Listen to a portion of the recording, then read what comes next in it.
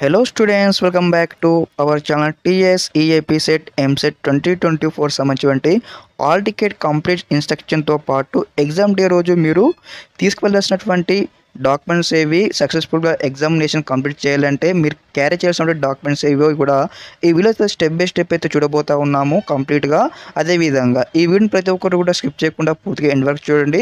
అదేవిధంగా ఇంకెవరైనా స్టూడెంట్స్ మన ఛానల్ని సబ్స్క్రైబ్ అయితే వెంటనే సబ్స్క్రైబ్ చేసుకోండి. అదేవిధంగా యొక్క వీడియోని కూడా మీ యొక్క ఫ్రెండ్స్కి అయితే షేర్ చేయండి, వారికి కూడా యొక్క చాలా హెల్ప్ఫుల్ అవుతుంది. ఓకే, ఇప్పుడు వచ్చేసి స్టెప్ బై స్టెప్ అయితే కంప్లీట్గా తెలుసుకుందాం. మనం చూసుకున్నట్లయితే మీ యొక్క హాల్ టికెట్ రిలీజ్ కాగానే మీ యొక్క హాల్ టికెట్ డౌన్లోడ్ చేసుకుంటారు కదా, మీకు అయితే హాల్ టికెట్ అయితే ఇంటర్ఫేస్ ఈ విధంగా వస్తుంది. ఇక చూసుకున్నట్లయితే ఫస్ట్ ఆఫ్ ఆల్ వచ్చేసి మీరు చూడాల్సిన హాల్ టికెట్లో వచ్చేసి మీ యొక్క టెస్ట్ డేట్ అండ్ టైం అనమాట. మీరు టెస్ట్ డేట్ అండ్ టైం చూసుకోవాలి. వచ్చేసి ఇక్కడ మనకు మార్నింగ్ షిఫ్ట్ ఉందా ఆఫ్టర్నూన్ షిఫ్ట్ ఉందని క్లారిటీగా చెక్ చేసుకోవాలి.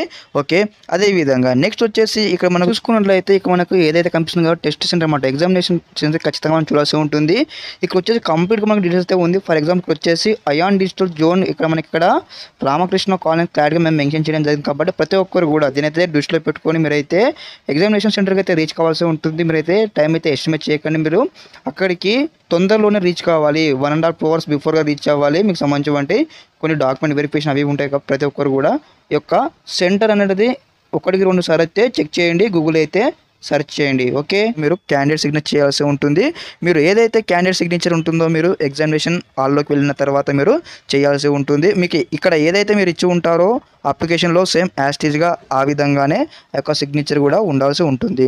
అదేవిధంగా ఇప్పుడు మీరు క్యారీ చేయాల్సినటువంటి ఇన్స్ట్రక్షన్ ఏమున్నా కూడా స్టెప్ బై స్టెప్ అయితే చూడబోతా ఉన్నాం. స్కిప్ చేయకుండా పూర్తిగా ఎండ్ వరకు చూడండి స్టూడెంట్స్. ఒకసారి ఇన్స్ట్రక్షన్ కన్నా ముందు మనం అప్లికేషన్ కొన్ని స్టెప్స్ అయితే ఫాలో కావాల్సి ఉంటుంది. ఆ స్టెప్స్ అయితే కంప్లీట్గా తెలుసుకుందాం. ఫస్ట్ ఆఫ్ ఆల్ వచ్చేసి ఇక్కడ మనకి అప్లికేషన్ ఫామ్ కూడా ప్రతి ఒక్కరు అయితే 3 నుంచి 4 అప్లికేషన్ అయితే తీసుకోండి కలర్ జిరాక్స్లో. ఇక్కడ వచ్చేసి మీకు సంబంధించిన కొన్ని డీటెయిల్స్ అయితే ఫిల్అప్ చేయాల్సి ఉంటుంది ప్రతి ఒక్కరు కూడా.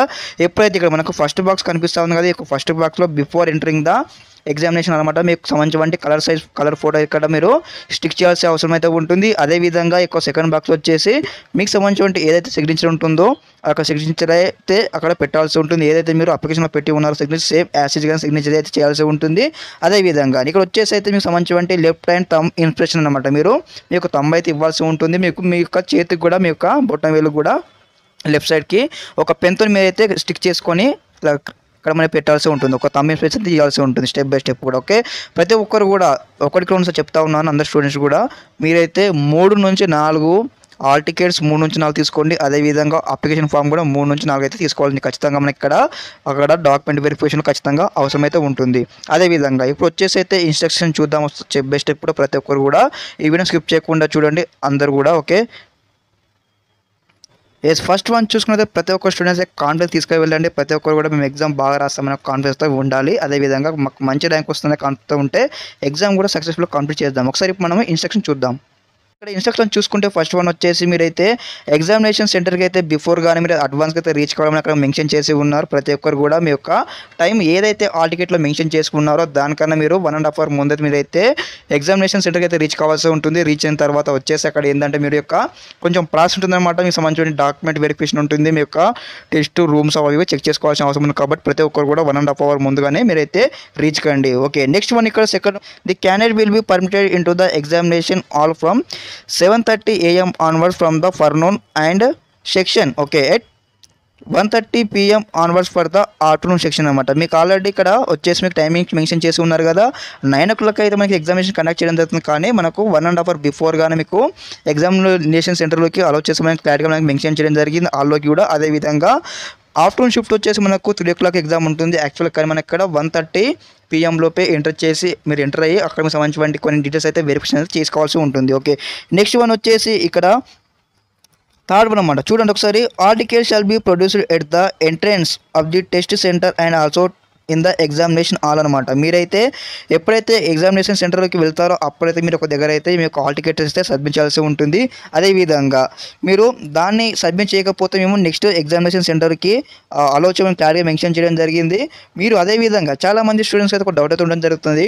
ఫర్ ఎగ్జాంపుల్ వచ్చేసి ఎగ్జామినేషన్ సెంటర్స్ అనమాట. ఇక్కడ మనకు మన సిటీలో అనమాట మీ దగ్గర మనకు ఏ విధంగా అయాన్ డిజిటల్స్ ఉంటాయి సెంటర్స్. అదేవిధంగా మనకు కాలేజ్ ఉంటాయన్నమాట, ఎంఎల్ఆర్టీ కాలేజ్, ఎంఎల్ఆర్టీఎం కాలేజ్, మల్లారెడ్డి కాలేజ్, ఈ విధంగా ఉంటాయన్నమాట. ఉన్నట్టు మనకి ఇక్కడ సేమ్ కలర్ నేమ్ సేమ్ ఉంటాయి. మనకు చాలా మంది కన్ఫ్యూజ్ అవుతారన్నమాట. మనకి ఇక్కడ ఇట్లా ఈ విధంగా ఒక బిల్డింగ్ అనుకోండి. ఇక్కడ బిల్డింగ్ 1, బిల్డింగ్ 2, బిల్డింగ్ 3 అనమాట.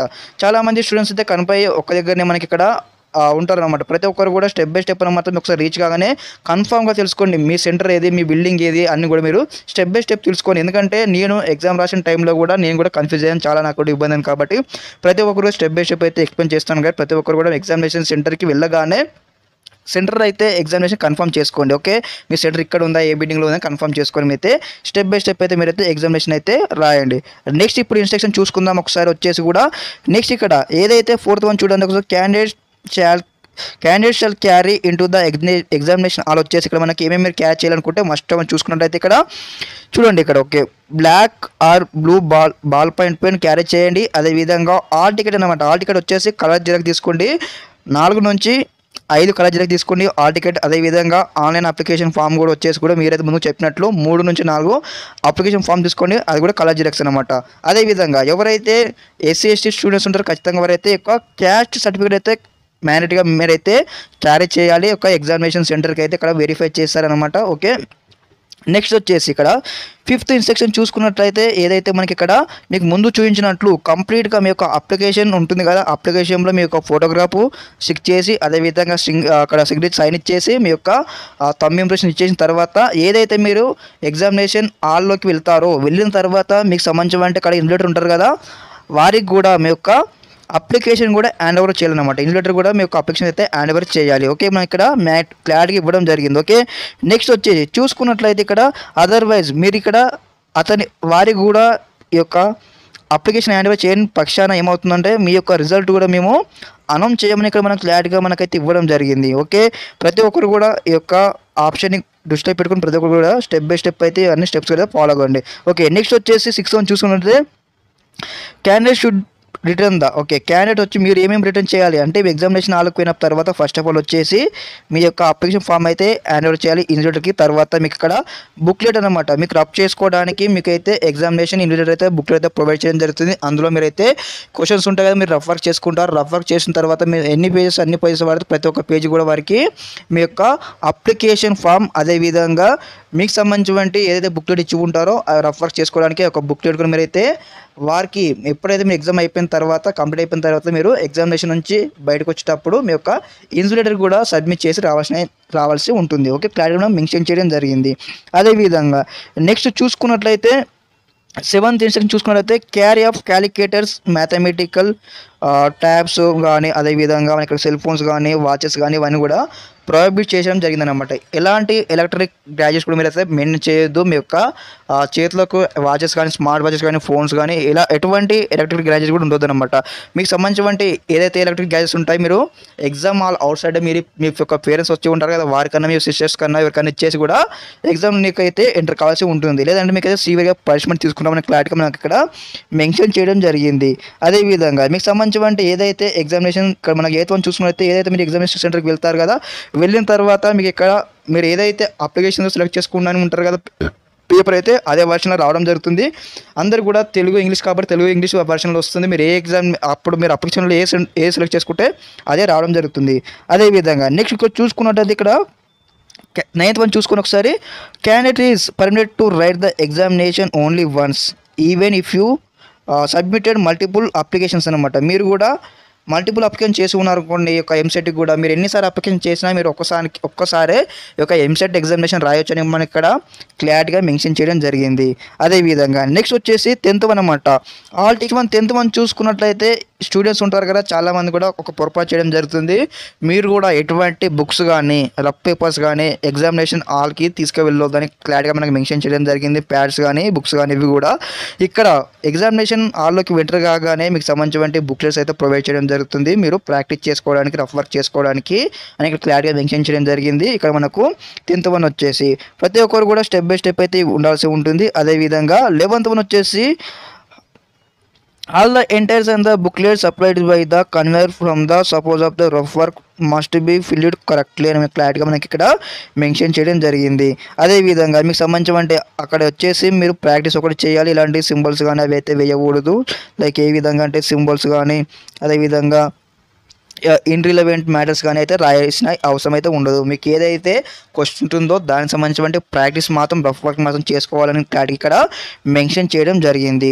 Okay, next last 12th one చూసుకున్నట్టయితే candidate will not be allotted into examination hall అనమాట. ఎందుకు అలౌ చేయడానికి కూడా చూసుకున్నట్టయితే క్లారిటీగా మనకి ఇవ్వడం జరిగింది. మీరు మనకి ఇక్కడ టైమింగ్స్ మెన్షన్ చేసి ఉన్నారు కదా, ఆ యొక్క టైమింగ్ లోపల మీకు ఖచ్చితంగా రావాలి. దట్ ఈస్ మీకు 9 AM ఎగ్జామినేషన్ ఉంటుందంటే మీరు 1.5 hour బిఫోర్గానే రావాల్సి ఉంటుంది ఎగ్జామినేషన్ హాల్లోకి. అదేవిధంగానే ఈవెన్ దో 1 minute లేట్ అయినా కానీ మేము ఇక్కడ ఎగ్జామినేషన్ హాల్లోకి మేము అలౌ చేయమని క్లారిటీగా మనకు మెన్షన్ చేయడానికి ఈ యొక్క ఇన్స్ట్రక్షన్స్ కూడా. అదేవిధంగా ఇప్పుడు వచ్చేసి మనం అన్ని చూసి ఉన్నాం కదా, మరోసారి మీకైతే రిమైండింగ్ చేస్తూ ఉంటాను. ఈ యొక్క మీరు క్యారీ చేసినటువంటి డాక్యుమెంట్స్ ఇవి వచ్చేసి ఖచ్చితంగా ప్రతి ఒక్క పర్సన్ అయితే 4 photos తీసుకోండి.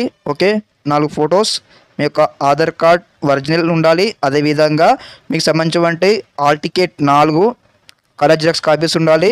మీకు సంబంధించినటువంటి application form, EAMCET application form వచ్చేసి 4 కలర్ జిరాక్స్లు ఉండాలి. అదేవిధంగా వచ్చేసి మీ black pen, blue pen, ball pen ఉండాలి. అదేవిధంగా మీకు సంబంధించినటువంటి కంప్లీట్గా ఈ యొక్క హాల్ టికెట్ కూడా తీసుకువెళ్ళండి. ఇంటర్మీడియట్ సంబంధించినటువంటి ఒక ఐడి ప్రూఫ్ కింద వచ్చేసి మనకు Aadhaar card, hall ticket, ID proof కింద ఎవరైతే SC ST కేటగిరీ స్టూడెంట్స్ ఉంటారో వారు ఖచ్చితంగా యొక్క సర్టిఫికేట్ తీసుకువెళ్లాల్సి ఉంటుంది ప్రతి ఒక్కరు కూడా ఎగ్జామినేషన్ హాల్లోకి. అదేవిధంగా ప్రతి ఒక్కరు కూడా టెన్షన్ పడకుండా మేము క్లారిటీగా మైండ్ అనేది మేము మంచిగా మాకు ర్యాంక్ వస్తుందని ప్రతి ఒక్కరు కూడా మైండ్ సెట్తో ఫస్ట్ అయితే వెళ్ళండి. ప్రతి ఒక్కరు తీసుకువెళ్లాల్సింది కాన్ఫిడెన్స్ అనమాట. ప్రతి ఒక్కరు కాన్ఫిడెన్స్ ఎగ్జామ్ రాసి ప్రతి ఒక్కరు కూడా మంచి ర్యాంక్ అయితే ఉంటుందన్నమాట. ఓకే, స్టెప్ బై స్టెప్ అయితే మీకు సంబంధించినటువంటి యొక్క ఇన్స్ట్రక్షన్ చెప్పి ఉన్నాను భావిస్తూ ఉన్నాను. అదేవిధంగా ఈ వీడియో మీకు నచ్చినట్లయితే మీకు ఇతర ఫ్రెండ్స్ షేర్ చేయండి. అదేవిధంగా ప్రతి ఒక్కరు కూడా వీడియోకి అయితే లైక్ చేయండి. Thanks for watching. జై హింద్.